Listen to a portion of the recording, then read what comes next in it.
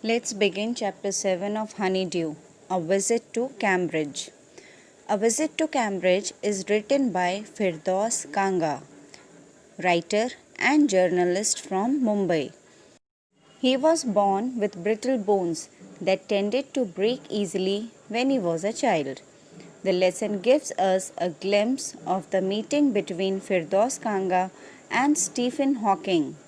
Stephen Hawking, one of the greatest scientists of our time who suffered from a form of paralysis that confined him to a wheelchair and allowed him to speak only by punching buttons on a computer, which speaks for him in a machine like voice. Both these men moved around in wheelchairs.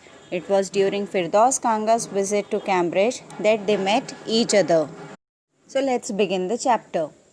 The author begins by telling the readers that at the same point in life, England only meant Cambridge for him and nothing more. He further remarked that after his meeting with Stephen Hawking, the meaning and relevance of England in his life changed completely. The author mentions that he happened to be on a walking tour through Cambridge when his guide spoke about Stephen Hawking. The guide called him a poor man because he was differently abled. He even told the author that Stephen Hawking now holds the position in the university which was earlier held by Isaac Newton. The author reveals that before the guide had mentioned, he had forgotten that Stephen Hawking, most brilliant and completely paralyzed astrophysicist, the author of one of the biggest bestsellers ever, A Brief of Time, lived here. Astrophysicist means what? Scholar of astrophysics. It is a branch of physics which deals with stars and planets. Okay. Now, once the walking tour came to an end, the author hurried to the nearest phone booth and stretched the cord to the extent of almost tearing it so that it could reach him outside the booth. He called Stephen Hawking's residence where his assistant answered the call.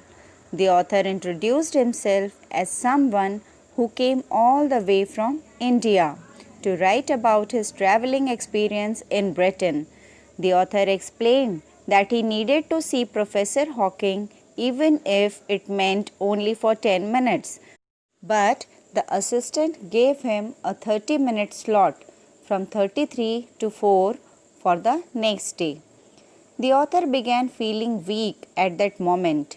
He relates how one is constantly told to be brave and cheerful when you grow up being differently abled, as if it were that easy. He mentions that people think one who is different is just lazy to draw a check on their courage account. In such a situation, the only thing that gives you courage and strength is seeing people like you do something big. It is only then you know there is hope and possibility which makes you go beyond your limits and imagination. The next afternoon, when he went to see him, Stephen Hawking told him that he hadn't been brave. He spoke in his disembodied computer voice that he had no other option. The author wanted to reply that living so creatively, even with his disabilities, was a brave choice, but he refrained from doing so as his guilt took over every time he pushed Stephen Hawking to respond by talking to him. He spoke by finding the words on his computer and then tapping a little switch in his hand with the only remaining movement left in his pale and long fingers. He would get easily fatigued. Fatigued means tired, and would shut his eyes every now and then in frustration. The author mentions how he could feel Hawking's pain as the thoughts in his intensely active and vibrant mind came out emotionless and stiff as a corpse. Corpse means dead body. The author expresses how most people think that people with different abilities are constantly sad and miserable. But as far as he is talking about himself, it is not true. He asks Hawking if it was true for him, or was he laughing on the inside. It took Hawking almost 3 minutes to respond. He finds it entertaining when people are only kind to him because of his different abilities. The author further asks him if he feels irritated when people like him come and keep him away from his work, to which he answered a firm yes. After that, Stephen smiled his one-way smile, not giving in to emotions, but the author knew for sure that he was looking at one of the most beautiful and wonderful men in the world.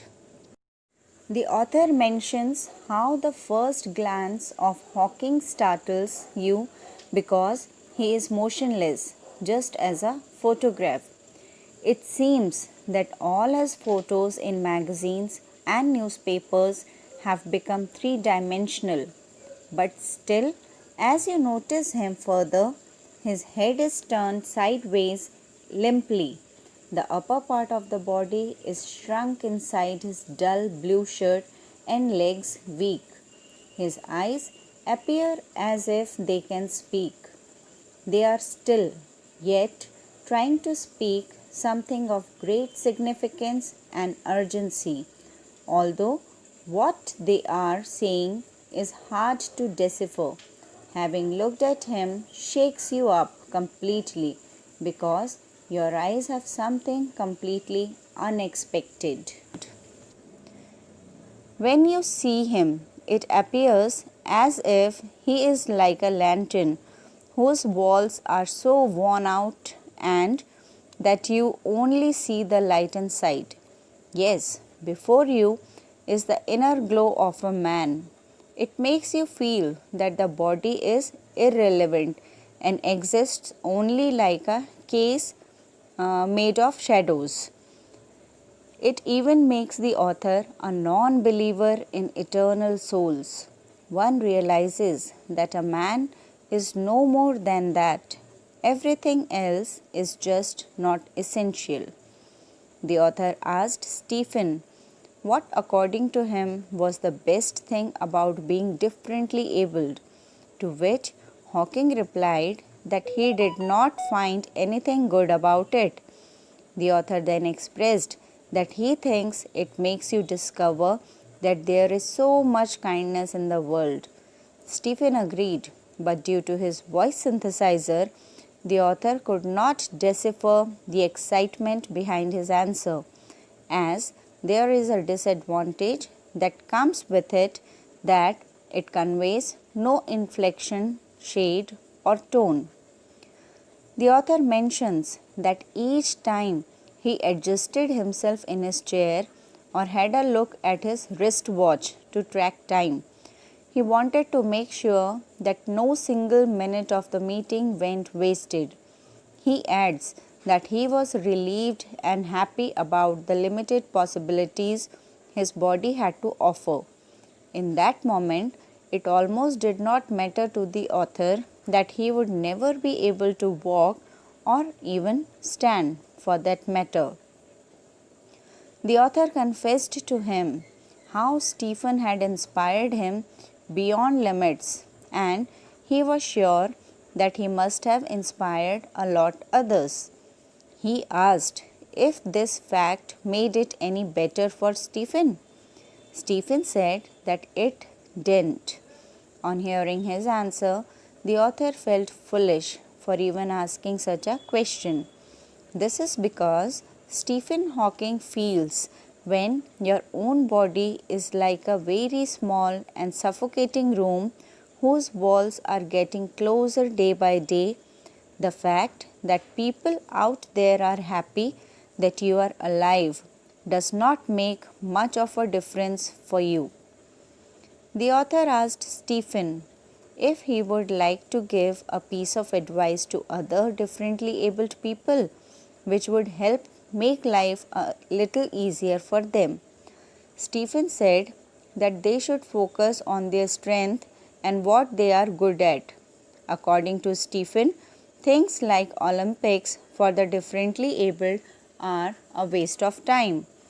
The author got the gist of what Stephen meant because he had spent years learning to play a Spanish guitar, which was larger than his own size, and how he unstringed it one night very happily. The 30 minutes came to an end, and the author smiled as he said, "I think I have annoyed you enough," and continued to thank him for his time, but was interrupted by Stephen, who instead asking him to stay. He waited for Stephen to say something next, and he offered the author some tea and a chance to show his garden. Even though the garden was as big as a park, Stephen showed him every inch and corner of it on his motorized wheelchair. The author tried not to come in his way. They couldn't converse a lot during that time, as the letters on his screen disappeared in the glare. It felt as if the sun made him silent. An hour passed and it was time to leave. The author did not know what to do as he left, as he could not kiss him or cry either. Thus, he touched his shoulder and went out into the summer evening in his wheelchair. The author knew Stephen was waving when he actually wasn't. As he looked back, the author expresses how glancing at Stephen was like looking at his bravest self, the one he was moving towards and the one he had believed in for so many years. He was well aware that his journey was over for now in England. So, this is all about the chapter A Visit to Cambridge.